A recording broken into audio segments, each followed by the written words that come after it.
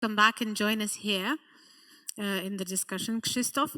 I would also like to invite Mindaugas Snarskis, who is CEO at Vikonda Group, EIT Food Representative Milda Kraużlis,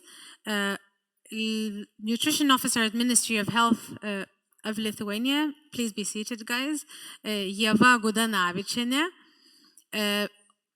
co-founder of Oyster 22. Please take your seats. Feel free to choose whatever you want to choose. Co-founder of Oyster 22, also head of Digital Innovation Hub AgriFood Croatia, Matija Bumbak. Thank you for joining. And I think that is everybody. As I said, if you have questions or comments, do go to slide.do and then type, I think it's Agri 2022 S2. It seems as a complicated code, but if you narrow it down to meaningful components, then it makes sense and it's easy to remember. It's the forum and then also it's the whole number 2. Thank you so much, Krzysztof, for your presentation, for your 4 trends. Do you have one trend that is your favorite among the 4? I would say the last one, definitely. So the future was yesterday, nostalgia, attempts to revive the past, use some traditions, and trying also to be frugal in food production. You have mentioned the proposals that came out of the project, and I wondered what you did with all those proposals eventually. This was an interesting process because in every country we were working with 1, 2, or 3 companies and consumer panels. And in the end, those companies were picking up just 1 or 2 best ideas that they wanted to commercialize. But we also had a lot of leftovers. And, we don't like food waste, so last year we went through another cycle of sort of recycling those proposals and working with a number of startups and food companies from different countries to also share the knowledge. We also have some publications and lists of ideas coming from different food categories. But did you go to producers and manufacturers of food, and did in the end any of them say, okay, this will be our product and this is something we are going to manufacture? Even stronger point, because the producers were involved from the very beginning. So together with producers and local academic partners like Kaunas Technological University in Lithuania, we were actually working together to select type of products, product category, direct consumers towards specific focus areas, and then of course the producer was also committed to commercialize the product.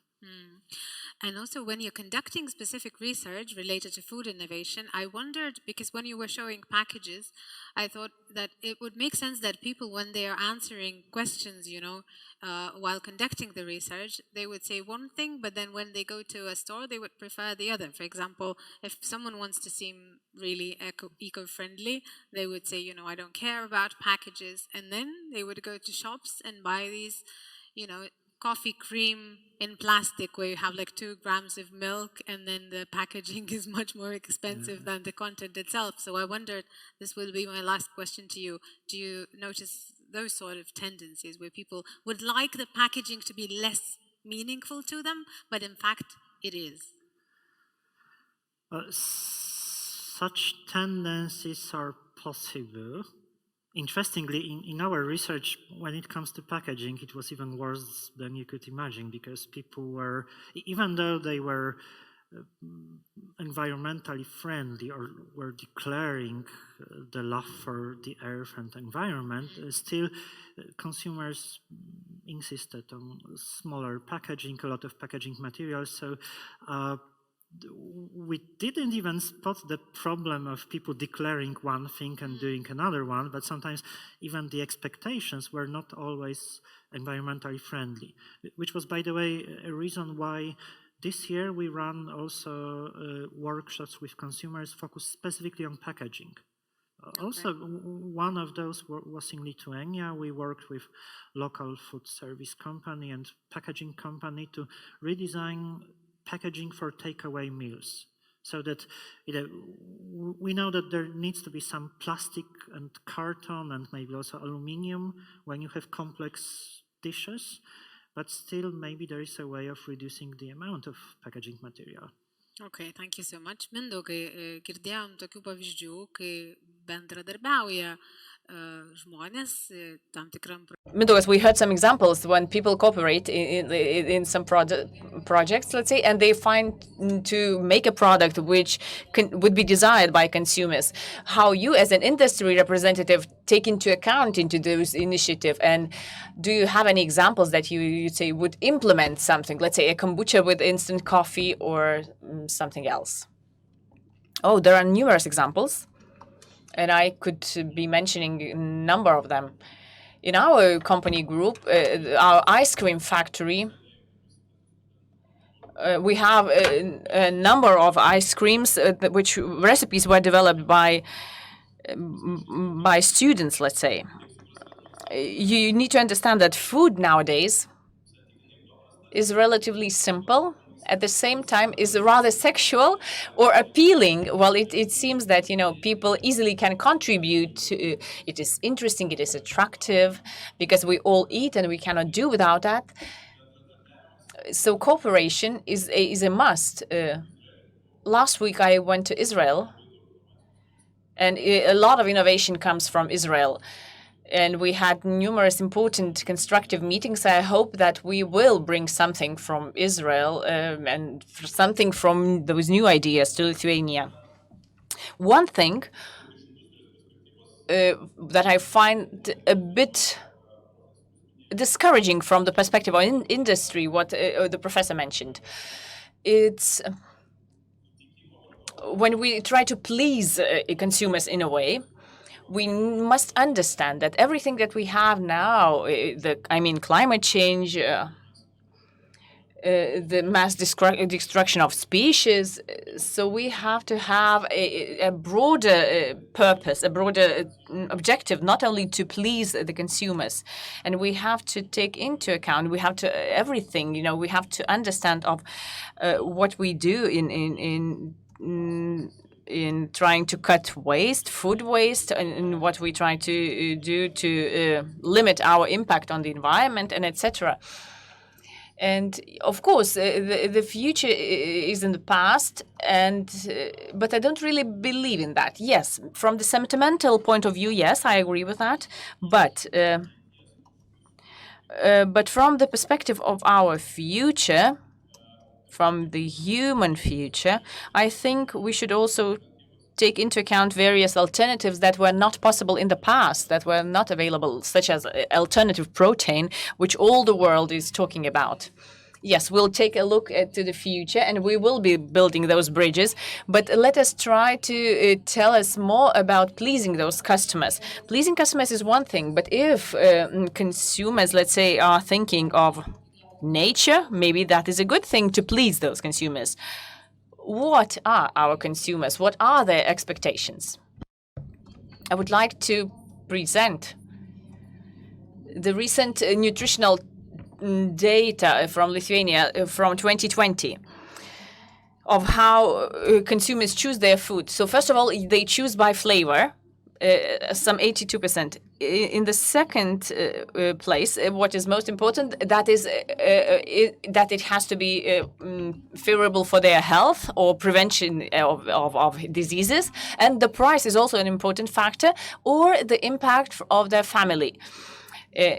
If we take a look, let's say, if we took a look to today's data, it may be a bit different because the prices are going up, and the price may be the main factor now. But I have mentioned that people also choose whether their food products based on whether it is good for their health or not. As a health ministry, as representatives of health ministry, we would like to see healthier alternatives, and we would like people to choose such healthier alternatives. We have introduced some labeling, not only packaging labeling, but labeling is really complicated. And in Europe, there are various debates on how food should be labeled in a simple manner so that you could easily recognize and, let's say, that you could see products that are good for your health right away. So there's no final decision yet. Don't you think that those eco signs are indicating already that the food is healthy? Yes, it may have such an association, but if we speak about the foods that are good for one's health, starting from 2014, we have this label of keyhole. And in Scandinavia, that is popular, and in Lithuania, so this keyhole um, limits certain amounts of sugar, salt, and fat, and cereal products. So when a person takes this product marked with the label of keyhole, he no longer needs to read the contents, the ingredients list, uh, but it is already a healthy product. Let's say if the packages were labeled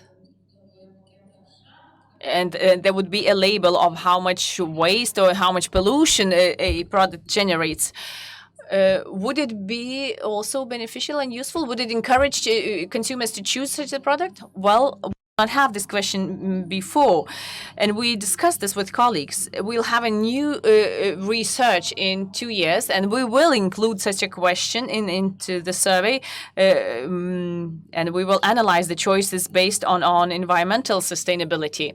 Everything's advancing, everything's progressing. So yes, I think a similar part would also choose environmentally friendly food.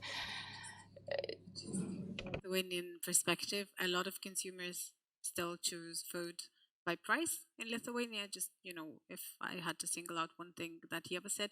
What about you? What is the Oyster 22 that you have invented? What do you do? And what are the food tendencies that you notice? So we are shellfish farmers, so we grow oysters, mussels, and produce, let's say, healthy and environmentally friendly proteins from the sea, because shellfish is having, if not negative, but at least zero impact on the environment. We don't feed them, we don't, harm the environment by growing oysters and mussels, but provide a beneficial service.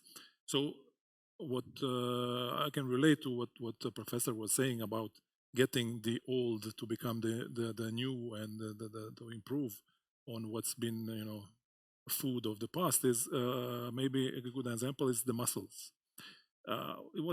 It's always there, but now it's becoming more interesting because of this fact that it is a healthy protein from the sea.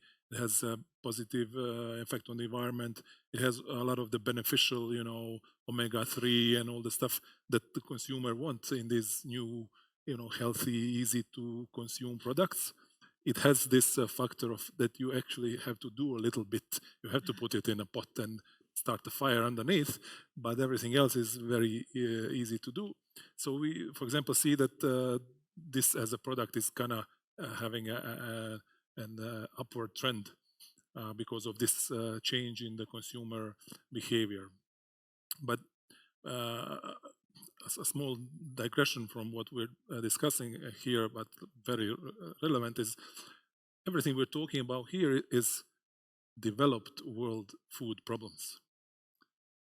And then we have a lot of the world which they don't discuss about packaging. They're just talking about, do we have enough or not? And just to kind of put it here on the table, because, we are here very picky, if it's going to be a bit more healthy or not. But then you have a huge piece of the world which is struggling to have anything. And now with the problem with the war and the COVID and the logistics and the prices and not having, exports of grain from Ukraine and things like this, for us, it's inconvenient. For these kind of, groups of people, it's a life-threatening issue. So, sort of just to put it. Okay, I get what you're saying, but then on the other hand, if we don't waste so much food, if we save food, if we do certain advanced solutions concerning food, then these people who do not have enough food, they get better access to supplies eventually. Yeah, of course, it's a good perspective, and it gives us a motivation to do it. If we would want to, we could feed them already. But it's a political topic, so not gonna go deep into it. Of course, these why we are here today, the consumers, for sure, they are having more and more impact on what's going on. It's, I think, for the better, because if we get the information flow going, if the producers know what the consumers are wanting, what's going on, if they have the right information of how much food is being used, or things like this, that get rid at least some part of the wastage, better kinds of food, better packaging, better everything, that improves the whole situation, for sure, for all the participants in the industry, the consumers, the producers, the logistics. I think we are driving towards a better situation.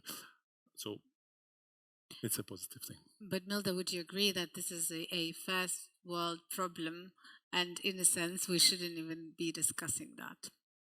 Food waste, we shouldn't discuss it. It should be already solved. If you think about the fact that 1/3 production we are wasting, and we are wasting mostly vegetables, fruits, and bread, which is from our culture, Central Eastern, where to waste the bread is a sin, because it's like the very important product for us. We are working with many startups who are having solution and using the waste in the food production as raw materials from different sectors. Part of the fruit waste could be used by industry in cosmetics. We have in our network Rebread startup. They're using over bread that it stays unsold to produce cosmetics, but also to produce vodka. So we are looking for those talented people with ideas for the new business, sustainable business, and we are supporting them to act against food waste. And I hope in some point, like in 10 or 5 years, this will be solved until we are not going to discuss this topic. What are the food tendencies that you are noticing at this very moment? What is there to be singled out? So we already heard in the morning that there's like few tendencies we saw all over the world. Diversification of the protein sources. The population is growing, the sources, land, water are very limited. So we're looking for different sources of protein. Those are meat production in the lab, plant-based products, and here in Baltics we have very successful startups that producing alternatives of meat, or kefiras. Kefiras produced, could you imagine, from the buckwheat. This is kind of interesting, and it's very tasty and similar to kefiras. I'm a big fan of this startup. Then one of the tendencies that will be developed, and we will see in the future more investment, will be alternative seafood. Tuna based on the plant sources. A big tendency we are going to see in the future will be environmental labeling. There was a question also to Ieva that I would like to pick up.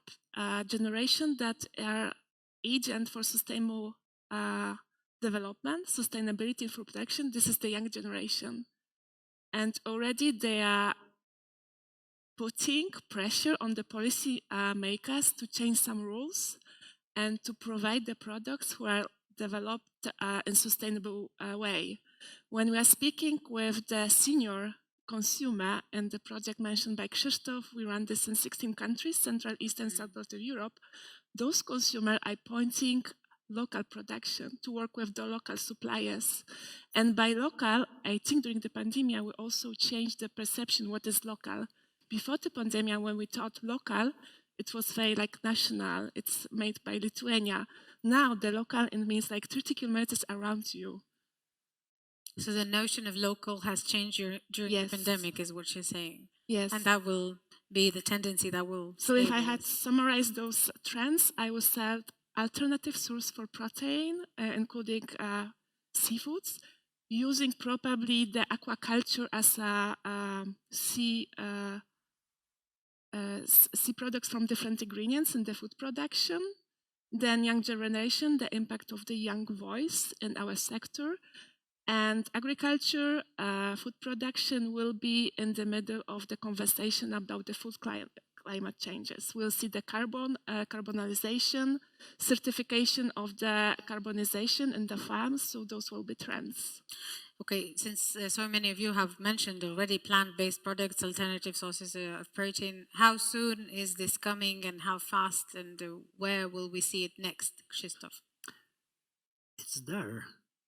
It's been there for hundreds of years. But like in terms of everyday usage by, you know, But let's start with plant-based food. In Catholic countries, people used to eat plant-based products each Friday, and this was fully normal. So we don't need to invent totally new product ideas. It's actually part of the culture, but people sometimes forget about this.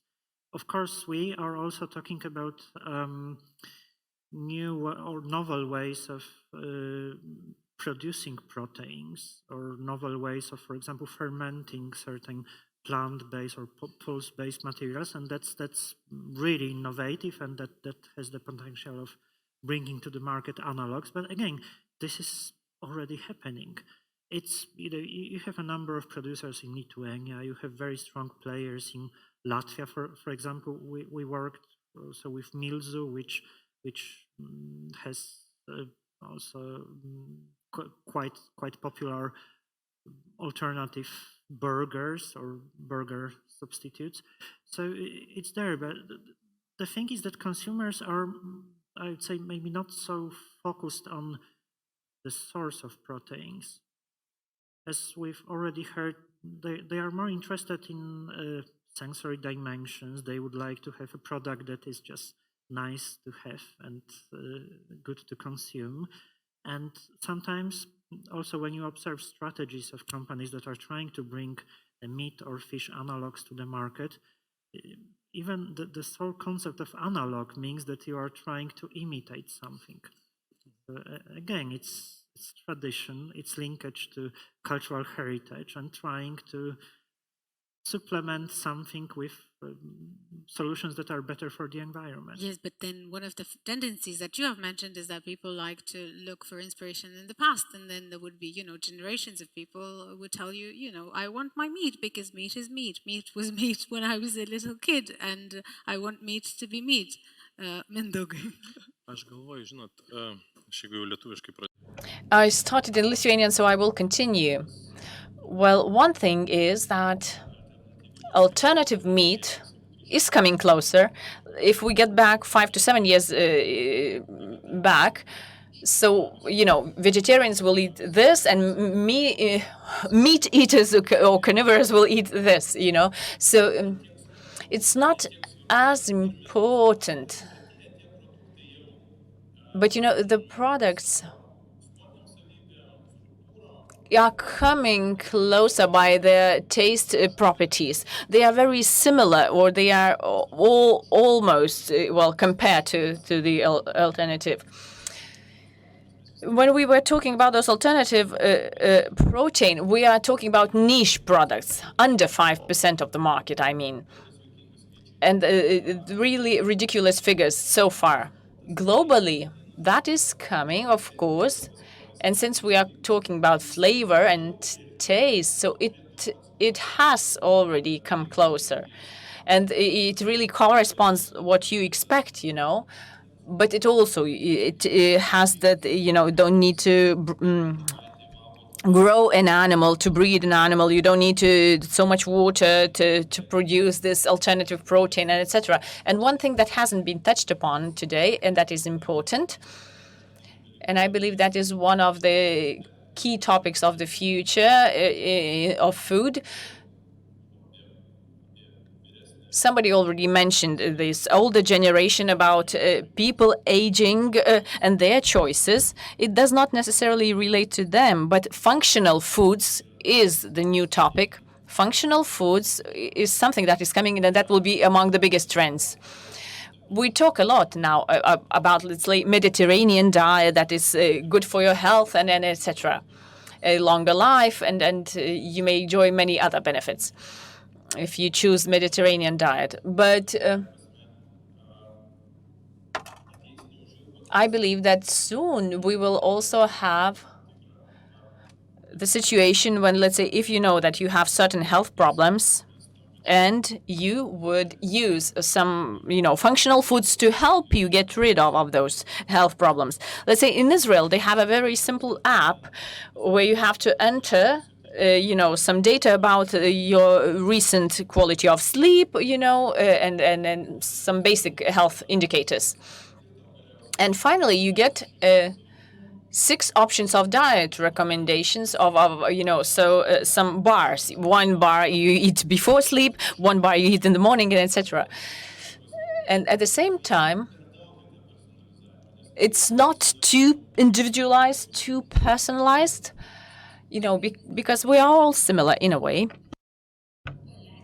Yes, but we're always in a rush. We want, just to quench our basic hunger, our basic needs, to have a bar. Yes, okay. But we sometimes want to sit long on a dinner table to enjoy different flavors, etc. What about that? Well, I don't agree. If we talk about functional foods, it does not necessarily have to be a snack. It can also be a main course. And that is good for your health and heart, and that is good for your liver, and it also may contribute to your wellness. Less is more, I believe. Less salt, less sugar, but more of health, and less load on the healthcare system. Milda, what you agree? Yes, I believe that we need that. If we think about people who have diabetes, about people who have gluten intolerance, we definitely need a functional food for cancer, people with cancer. And we as an organization, AgriFood, we are looking for startups who would produce products for people like that. And there's quite a large group of consumers. How could you define functional foods, and is it in the initial stages? It is already developing. Could you tell us more? We have a startup that is developing a technology which ensures the same flavor of sugar, but adds much lower quantities of sugar. We also have startups who produce foods for people with diabetes. We were also looking for startups who would produce food for people with cancer. So we haven't found that yet. We work a little with EIT food. That is, maybe Professor can add something, but we haven't found a startup that would produce food for people with cancer. Maybe you can add something.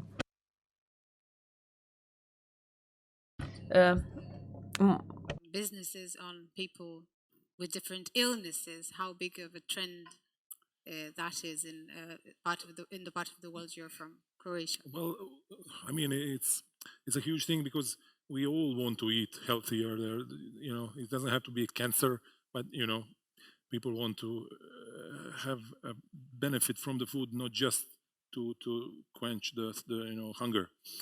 I mean, most of the time we are busy and we cannot think about it. As you said, you just grab something and eat it. But then even the grabbing, we would like it to be helping us. But this is where the industry needs to come in and provide us this. As Professor said, it has to be convenient. It has to be next to where I work, next to kids go to school, things like this. But for sure, this functionality, this added value. I mean, more and more people realize that we are what we eat. But beyond that, life expectancy, illnesses, a lot is related to what we eat. And the huge issue I see in this relations is that we don't know what we eat. I mean, we believe the labels, we believe what's written there, but we don't know. And I personally believe that this is at some point is going to be a huge revolution in the whole food topic. When we get to a point where the consumer at the point of buying the food will be able to very exactly know what is there in that food, then it's going to change a lot. Because now you always hear about this, they found some pesticides in the food, they are forbidden, they found some meat that was frozen 6 times and it's 10 years old. I'm exaggerating, but and you have no idea, there's this nice packaging and you believe ingredients perfect. No, you eat it and maybe you're poisoning yourself. So I'm hoping that at some point very soon the technology will be there that you could just okay, I test it at the point of sale. Yes, this is pure corn, nothing added to it, and it will boost my immunity. Great, give me that, because then the whole industry will have to change drastically. But how about environmental labeling as a tendency that was mentioned by Milda as a very strong and big one? Do you think that will be something that will be a norm to Europeans very soon, where we will see carbon footprint, emissions, labeling, whatever? And so what I see is, especially with the younger generations, they part of their culture is, on one hand we don't care, and on the other hand we care a lot. So we don't care is about the stuff maybe us as their parents or people that are older than us cared about. They don't care about it. They don't need to have a job that's for 20 years. They just need it now. They don't need to have an apartment they own. They can just live somewhere. They don't care. But saving the planet might be a big topic for these guys, and packaging that can be recycled. Don't drive it a lot. Just give me local because it will save the planet. For them, tends to be a big issue.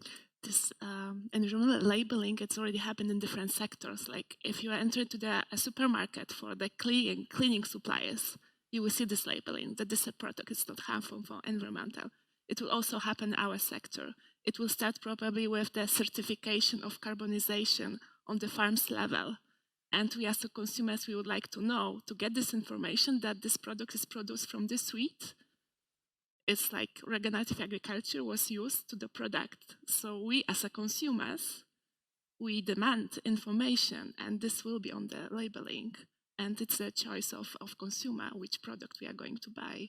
how about no packaging for food? Because in sectors like, I don't know, shampoo and everything, it's more common to go to a shop with your own packaging, eco-friendly shop, whatever, and just Refill. get a refill. With food, it's not coming. In some shops, you can come with the jar and fulfill the jar. You are coming with your packaging. It's already possible. Now there's a big question of the glass and the prices of the glass and this packaging. And the other tendency we see, the alternative plastic produced from different part of the, for example, different algs. We could produce the plastic, degradable plastic, or eatable packaging from oat. Those kind of tendencies in packaging we observe. Mindaugas. Aš du dalykus. Vienas dalykas į I would like to react and to comment a little. What is very important, and I believe that is highly meaningful when we speak about traceability. In industry, you already have traceability. If you have certain certificates, let's say, we have an ice cream factory, so we use cocoa. It has to be fair trade, and then where it's sourced, that children were not employed in all those farms, etc. So, with technological advancement, that should come to the consumer. The consumer should be able to check that, because in terms of packaging, there's a very simple problem. The packaging is what it is, and in my view, we have huge packages over the last decade. They have even grown bigger. You have a huge package with a tiny product inside, but still, we want to label this and that and that. if it's good for oceans or not, it is impossible to put all the information on a tiny package. So that is the matter of technology. Another issue, the same, this keyhole label, which does not really resolve the problem, because a tomato is already, can mark a keyhole, but how it was grown, in pesticides were used or not in growing this tomato. That is another issue, and it's not a matter of labeling only. So we need to understand that, yes, technologies alongside with food, we also have to have this technological breakthrough, which is somewhere close to us, and then we'll have a very good synergy, a very good advanced solution. And about those refillable shampoos and everything that you mentioned, that is a very welcome, and that is very welcome for everything that is not food. And I would get shampoo refills and would teach my children to do that when we'll have this possibility. I don't see this possibility so far close to me. Maybe you see. Well, there is a one shop in Vilnius. Unfortunately, in Kaunas, I don't think it would be very sustainable to come from Kaunas to Vilnius to fill my shampoo bottle. But in the city, the key moment is food safety. Food safety, it is very important not to playing sustainable, because when you feel sick and will be hospitalized, that food safety is a key issue. That is the shelf life, and there are numerous issues, best before or best until, and. So there are small issues that we need to resolve before we address this food waste problem. But packaging issues, having in mind the density, so yes, we may result in various pandemics then, because it would seem that we are addressing one problem, but will result in other problems. As a representative of industry, can you tell us that, if the product is best before, but in between the lines, I can hear that you can consume. Yes. So there are two. It is best before, and it is best before. We as consumers, we understand that you need to throw it away. But in reality, that is a good product that you can consume.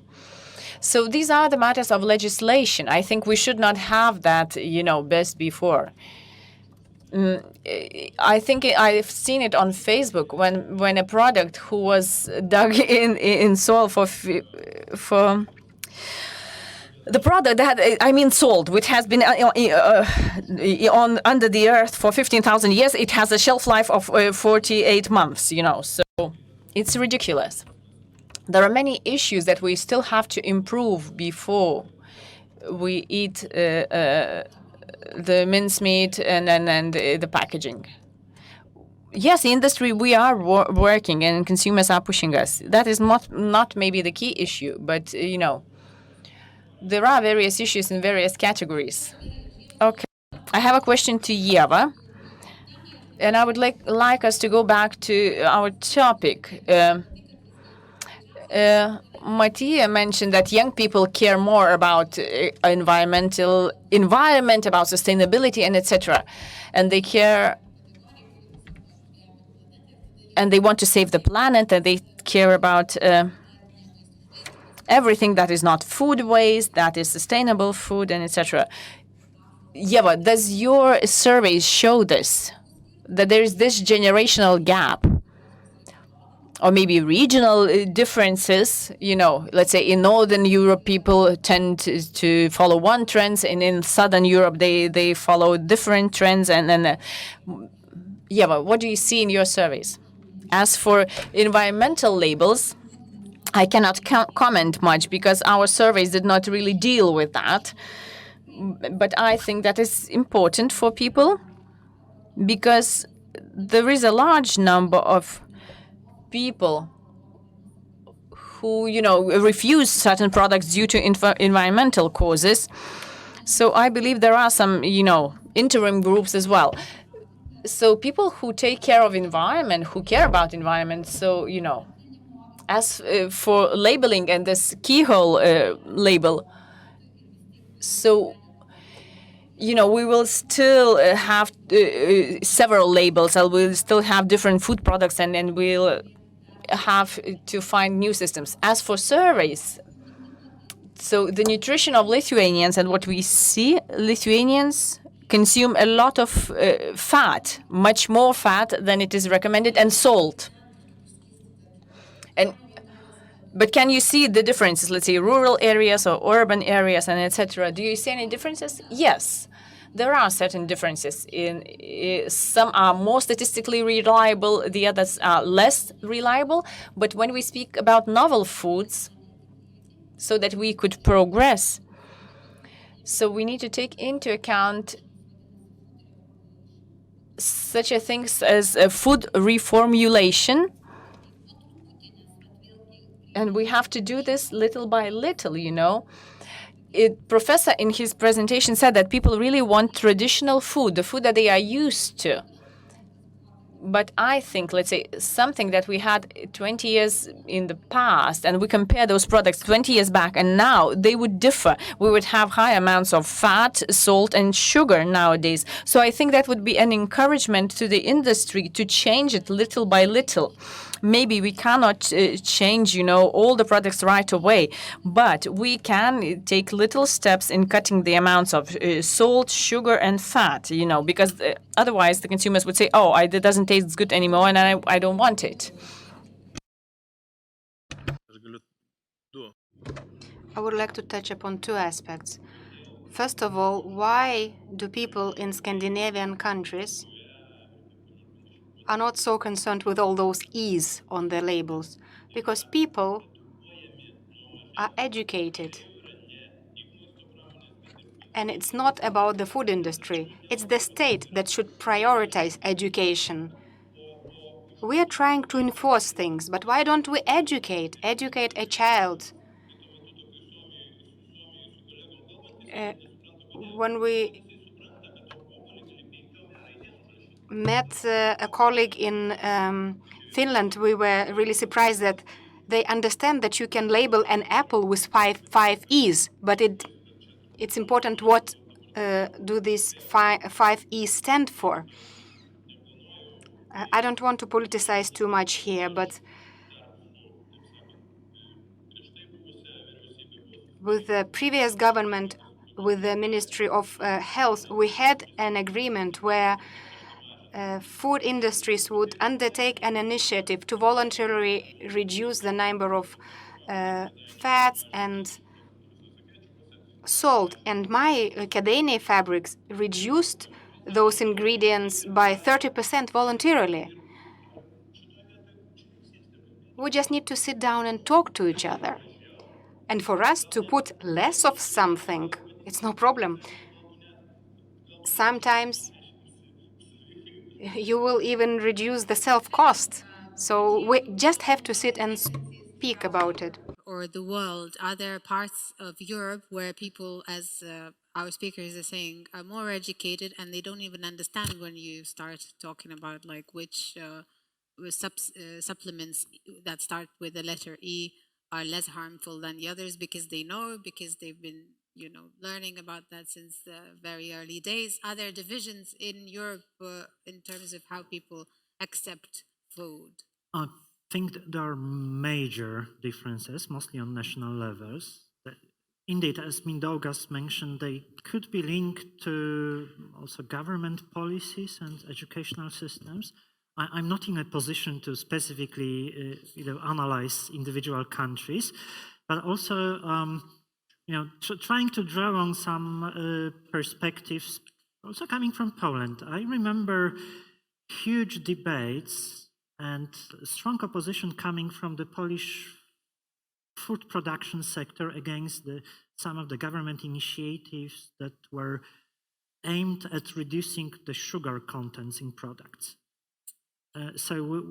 For several years, we've heard from companies that it's not doable, that it's definitely not possible, that it's even not healthy for consumers. And then when the sugar tax was introduced, suddenly all companies adjusted and the products did not end up being far more expensive. Right now in Poland, we have the same type of debates about recyclability of plastic packaging of certain food products. So again, industry is strongly lobbying against the regulations, but I would assume that 2 or 3 years from now, everybody will just get over with this. But maybe when we try to think about some tendencies here during the discussion, we might be sometimes blurring the boundaries between what consumers want and what the industry has. Like, for example, the topic of traceability or even the labeling. Only small subset of consumers is fully aware of the benefits. So when you have consumer panels, sometimes they don't even mention those topics. So think about this. Another interesting tendency, we tend to talk a lot about food that could become sort of medicine. So the hope in functional foods. But what really happens in a number of countries is that people are swallowing handfuls of pills, so dietary supplements, but when they purchase food products, they are not looking for functional foods. Even, there are many studies which show that consumers are afraid of functional foods because they are puzzled with formulations, that they prefer something they consider traditional, and yet they would supplement this by swallowing some pills. So the markets are far more complex than we could imagine. We have some very good questions, and I'll go straight to them. From a customer's perspective, why should I choose alternative sustainably grown food products when regular food is much cheaper? From your view, do you know any examples of when sustainability is a worse thing than a good thing? Matija, I think you haven't spoken for a while. I think it's a good one because it's I think a very big topic for the industry is this finesse, because the consumer would want, it would be this holy product that does everything, but then at the end they need to pay for all the benefits, all the work that needs to be done, all the ingredients that need to put in, and then there is this balance that I guess the industry needs to find, is what actually consumer is willing to pay. Because it's nice if you have two products the same price and this one has more benefits, for sure you're going to go for that one bit more benefits.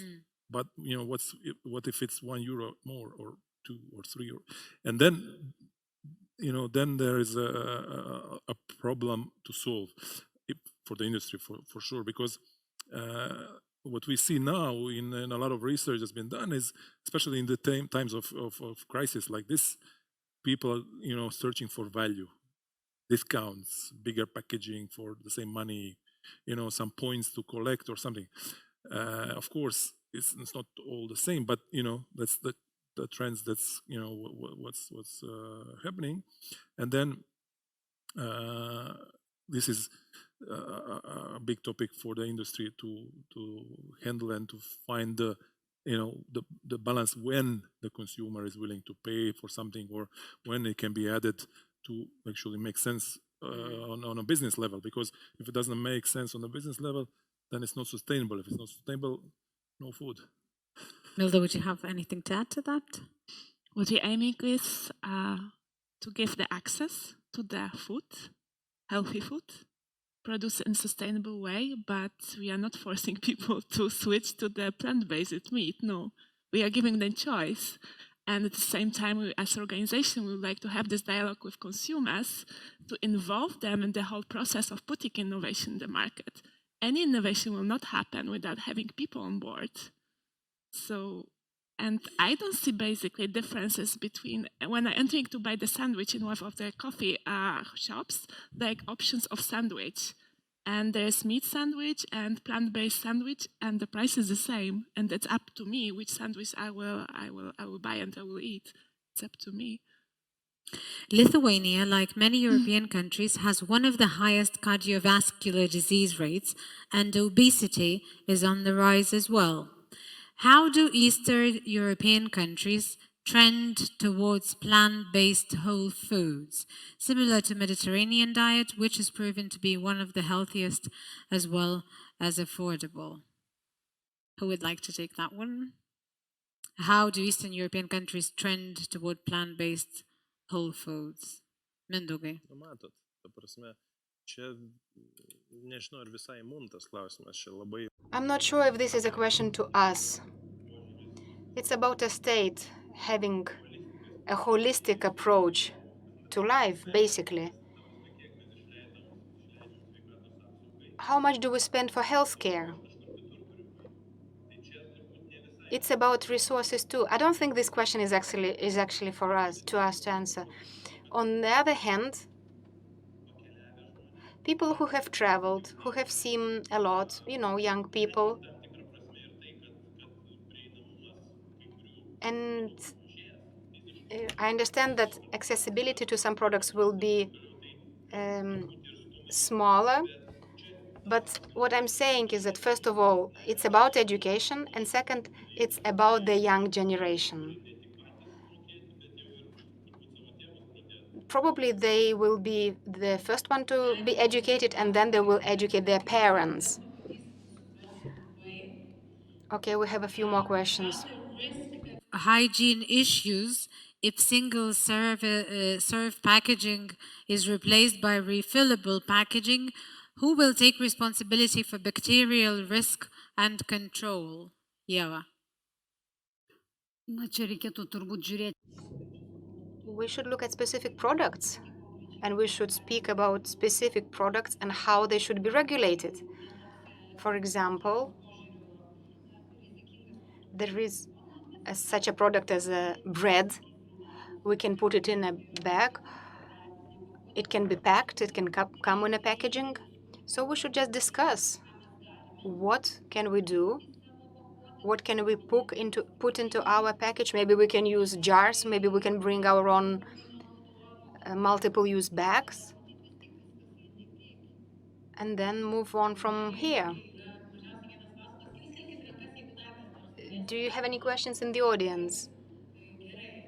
Okay, I see one hand. Please introduce yourself, and what is it that you want to ask?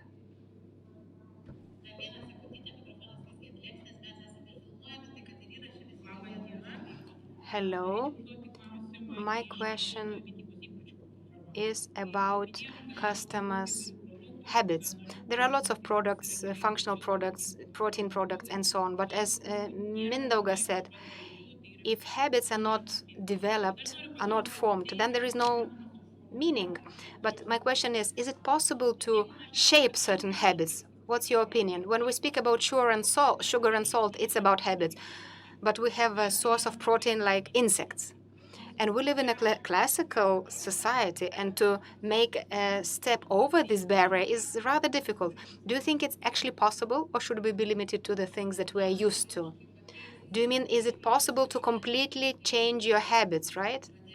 Is it possible to start consuming something that we're not used to completely, that we don't maybe like, but what is really environment friendly? For example, insects. How should this habit formation take place? Is it possible at all? I think it is, but we just need to look a bit in the history. So there's now a lot that we eat that was not eaten before and was new. But what I think is that it needs to appeal to people, not just we will save the planet, give me some grasshopper, but does it taste okay? Is it convenient? If we make it like this, then I believe it's going to be easy sell. If we are selling it as no, this is a burger that will save the world. It's not meat, but it's nice. But it's not meat, but it's nice. Then But what is the attractive way to sell the grasshopper? You put it. I've eaten chocolate ants. I mean, it's nice, sweet, no problem. You don't. So we say it's alternative protein. Just put it into something that protein needs to be used in, and kind of the flavoring, the packaging does not reflect the grasshoppers, because people are not gonna go for grasshoppers. They're gonna go for protein for the muscles or for I don't know what. In that way, it's easier. I mean, it's not easy, but it's easier. to do it. Is it possible to change our habits and start consuming things that were not so common to us for centuries? Krzysztof, you said that people like to look at the past, and my immediate answer would be no, but then maybe you've got a different one. Well, for sure, it's possible to change habits. I would always start by asking why we want to do it. But if we have good reasons, for example, animal welfare, then there could be way forward.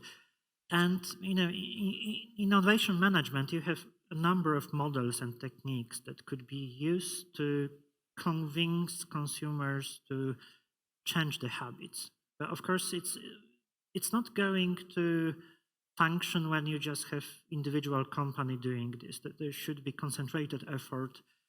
When you think about, for example, insect-based proteins, I'm not sure if this is the answer to all of the problems of our Earth, but if assuming that you wanted to make sure that consumers start eating insects, then the government would have to intervene. The government would have to phase out certain support schemes for meat producers, and at the same time, promotional campaigns would need to target consumers, outlining relative advantages and benefits of consuming this type of a product. Mindaugai.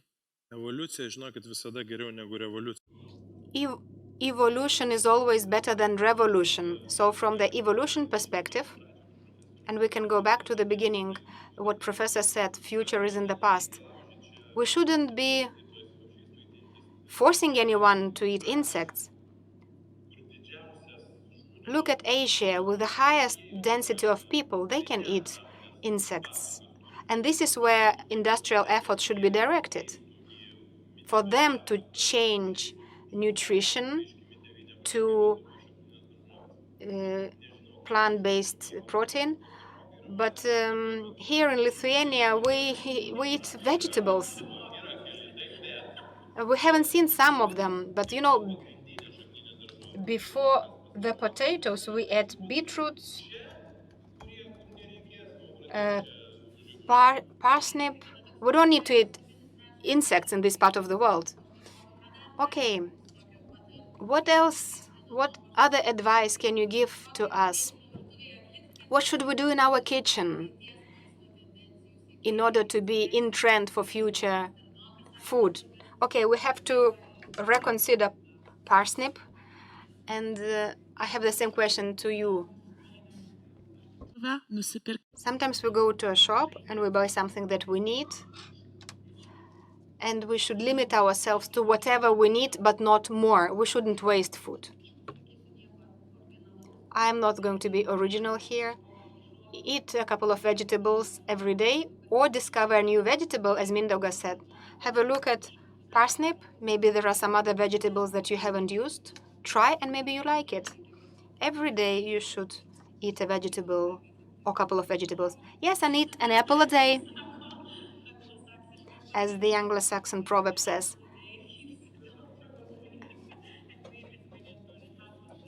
This is a naturally grown product here, and that will always be useful. But that's just a joke. Thank you so much for your insights. Thank you for this discussion. I hope that everybody has heard something interesting. We will now break, I think, and then we'll meet again in the hall number 1. And let's give a big round of applause to all of the speakers. Thank you so much. Ačiū.